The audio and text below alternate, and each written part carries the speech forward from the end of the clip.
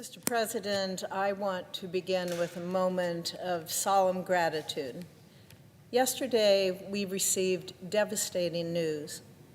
U.S. Army Sergeant, First Class Noah Tietjens of Bellevue, Nebraska, was killed in Kuwait during an unmanned aircraft system attack while supporting Operation Epic Fury.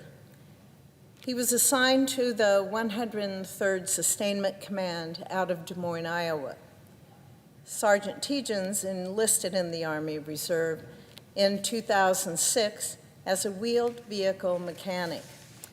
He gave 2 decades of his life to this country, deploying to Kuwait in 2009 and again in 2019, always answering the call, always showing up. His record of service speaks for itself. Sergeant Tietjens earned the Meritorious Service Medal, the Army Commendation Medal, the Army Achievement Medal, the National Defense Service Medal, the Global War on Terrorism Expeditionary and Service Medals, the Iraq Campaign Medal with Campaign Star, the Army Service Ribbon, the Overseas Service Ribbon, and the Armed Forces Reserve Medal with M device. Each ribbon and each medal marks a chapter of life poured out in service to something larger than himself. We honor Sergeant Tietjens today, and we hold his family, his unit, and all who loved him in our hearts. In addition to Sergeant Tietjens, 5 other American heroes did not come home. All 6 of these service members gave their last full measure of devotion in service to this country, and we will never forget them. To their families, their mothers, their fathers, their spouses, their children, a grateful nation stands with you and prays for you.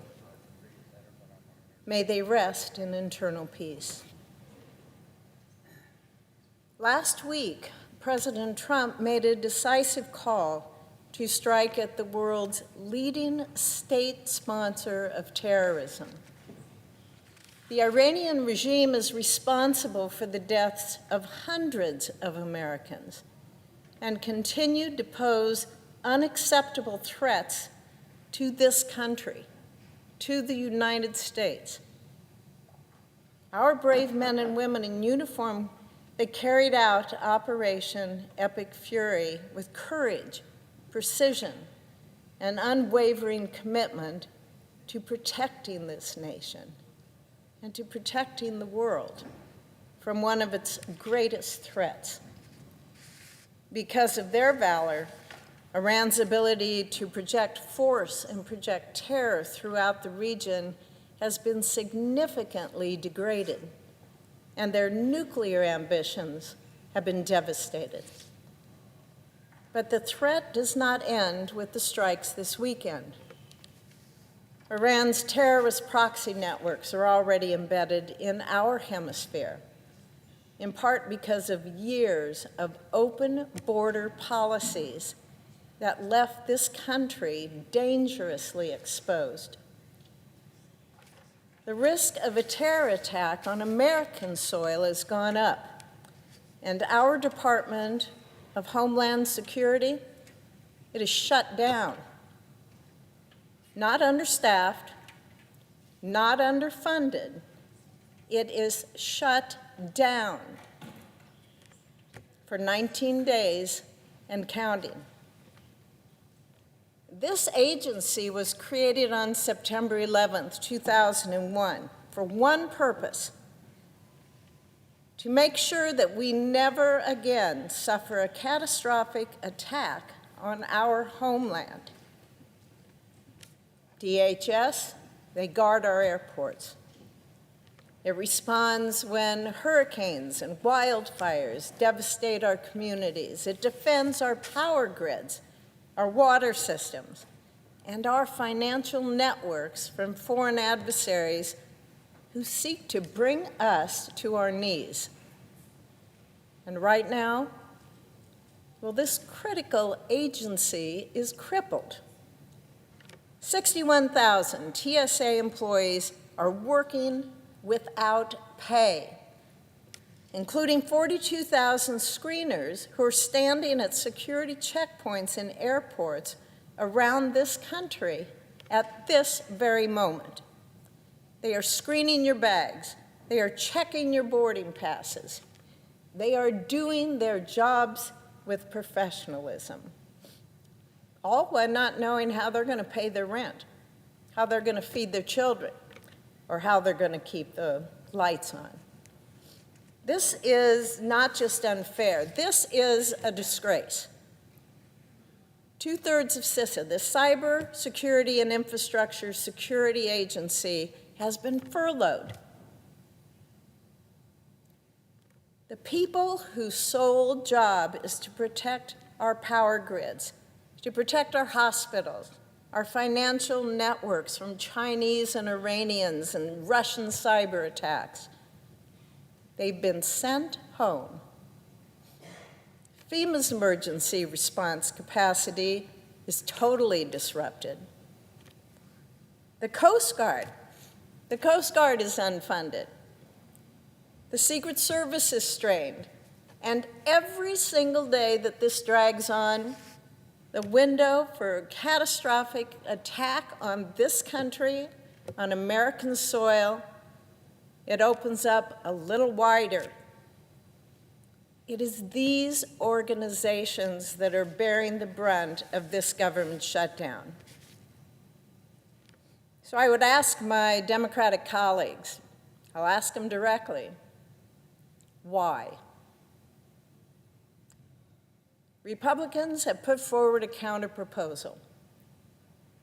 The ball, well, it's in Senator Schumer's court. And so far, you know what? We all know what. He's chosen politics. He's chosen politics over protecting American people. Well, let me be clear about where Republicans stand. We will not accept any agreement that ties the hands of federal law enforcement.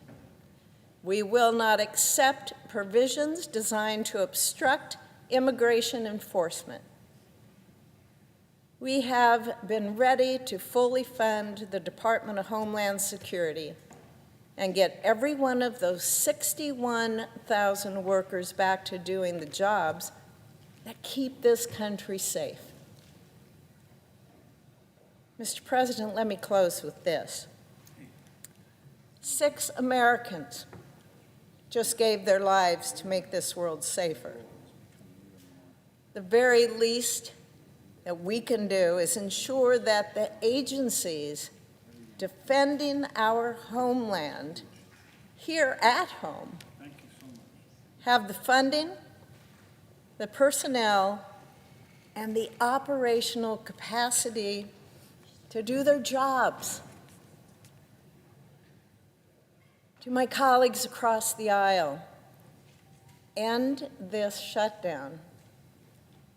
Fund our Department of Homeland Security and stop holding our national security hostage.